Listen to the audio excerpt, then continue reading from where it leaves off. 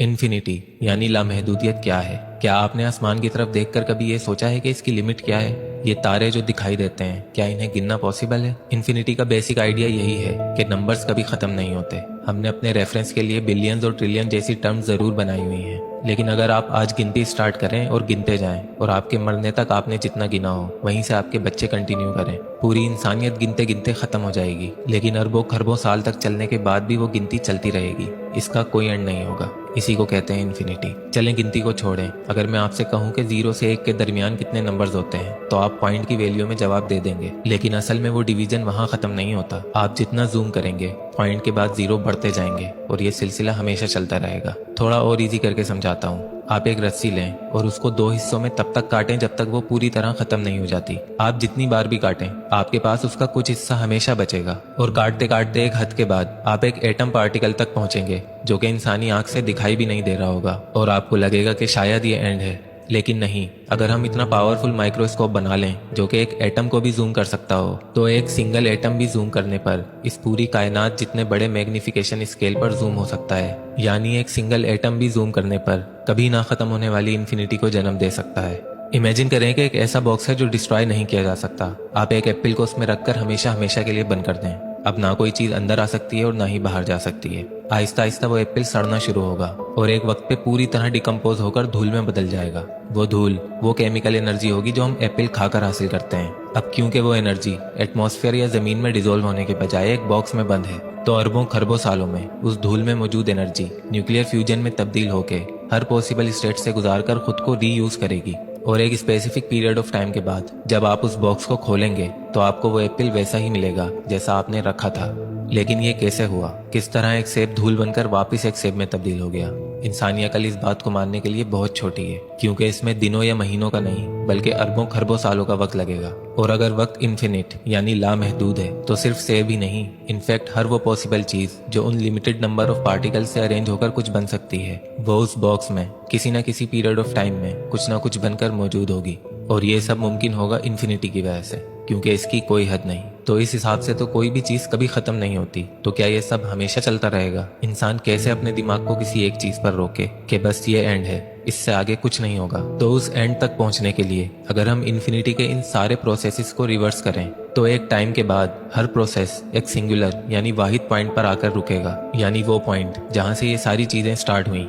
अगर इसी तरह यूनिवर्स के सारे प्रोसेसेस को रिवर्स करें तो उन सारे प्रोसेसेस का स्टार्टिंग पॉइंट सिंगुलर यानी वाहिद ही निकलेगा, और वही सिंगुलैरिटी है आंसर ऑफ इन्फिनिटी, यानी ला इलाहा इल्लल्लाह, there is nothing but one. Infinity को सुलझाने का बस यही एक सोल्यूशन है जो कि साइंस के हर एंड पॉइंट को रूह बख्शता है, वरना ये इन्फिनिटी इतनी खतरनाक चीज है कि इंसान को पागल कर दे। इमेजिन करें कि एक ऐसा होटल है जिसमें इन्फिनिट यानी लातादाद कमरे हैं और उसका हर कमरा हमेशा बुक रहता है, लेकिन अब क्योंकि उस होटल में इन्फिनिट रूम्स हैं तो एट द सेम टाइम उसमें कमरे हमेशा खाली भी रहते हैं। तो एक रात एक नया गेस्ट आकर एक रूम की फरमाइश करता है, तो बताइए मैनेजर उसे कौन सा रूम देगा? सबसे आखिरी। लेकिन होटल में तो लातादाद कमरे हैं, तो आखिरी कमरा तो कोई होगा ही नहीं, और अगर आखिरी कमरा हुआ तो इन्फिनिट रूम्स कैसे हुए? इसका जवाब बस एक ही हो सकता है कि जब पहला कमरा मौजूद है तो आखिरी कमरा भी होगा ही। इंसान इन्फिनिटी को सोच ही नहीं सकता, क्योंकि उसे हर चीज का एंड लाजमी चाहिए, चाहे उसकी जिंदगी हो, कोई होटल हो, समंदर हो या आसमान। इंसानी दिमाग के लिए चीजें इसी तरह काम करती हैं कि हर स्टार्टिंग पॉइंट का एंड पॉइंट और हर एंड पॉइंट का स्टार्टिंग पॉइंट लाजमी होता है। और अगर इस रूल को साइड पे रखकर आप कभी इन्फिनिटी को गहराई से सोचने बैठें तो एक सर्टेन पॉइंट पर पहुंचकर आपको एक अजीब सा एहसास होना शुरू होगा, और आपका दिमाग एक तेज झटका मारकर आपको उस कैफियत से बाहर आपके प्रेजेंट में ला फेंकेगा। ये वो रिस्ट्रिक्शन है जो हमें बनाने वाले ने हमारे दिमाग पर लगाई है। अगर आप भी इसे एक्सपीरियंस करना चाहते हैं तो ज्यादा नहीं, आप बस 2 मिनट के लिए वीडियो रोककर ये सोचें कि इस दुनिया को कोई नहीं चला रहा और आप एक दिन हमेशा हमेशा के लिए मर जाएंगे।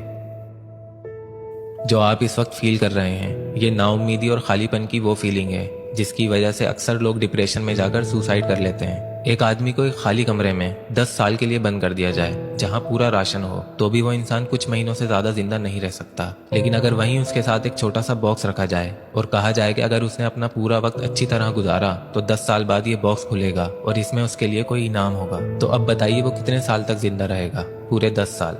तो उसे किस चीज ने जिंदा रखा? तजस्सुस ने, उम्मीद ने, लालच ने। तो जिस इंसान के अंदर तजस्सुस खत्म हो जाए तो वो कैसे जिंदा रह सकता है? जिंदा रहेगा भी तो एक बेलगाम जानवर की तरह। फिर चाहे वो कत्ल करता फिरे या रेप, क्या फर्क पड़ता है?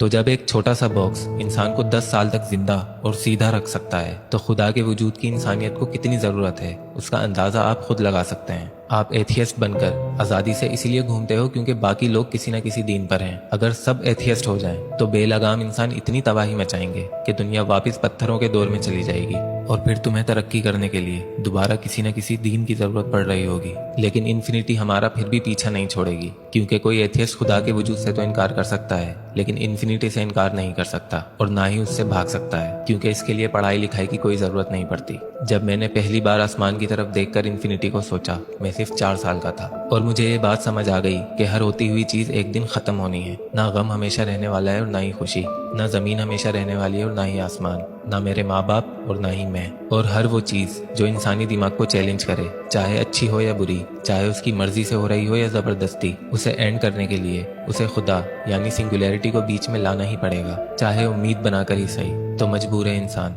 नहीं है कोई चारा सिवाय इसके कि इस बात को मान ले कि ये सब खुद नहीं हो रहा। अब फिर चाहे कोई एथियस्ट हो, आइंस्टाइन, न्यूटन या नासा का कोई साइंटिस्ट, अगर वो उस सुप्रीम सिंगल बीइंग के होने का इनकार करता है और कहता है कि ये सब खुद हो रहा है तो वो दुनिया का सबसे बड़ा बेवकूफ़ है क्योंकि उसने खुद उस सिंगुलर सोर्स ऑफ एनर्जी का हिस्सा होते हुए भी उसकी मौजूदगी से इनकार किया। अब फिर वो चाहे कितनी भी इमेजिनेटिव थ्योरीज बना ले, वो इस इन्फिनिटी से बाहर नहीं निकल सकता। बिना खुदा के वजूद को एक्सेप्ट किए उसका साइंस को चाटना बस उसके उतने ही काम का है जितना एक कुएं में फंसे हुए मेंढक का ये समझना कि कुएं के बाहर कुछ है ही नहीं।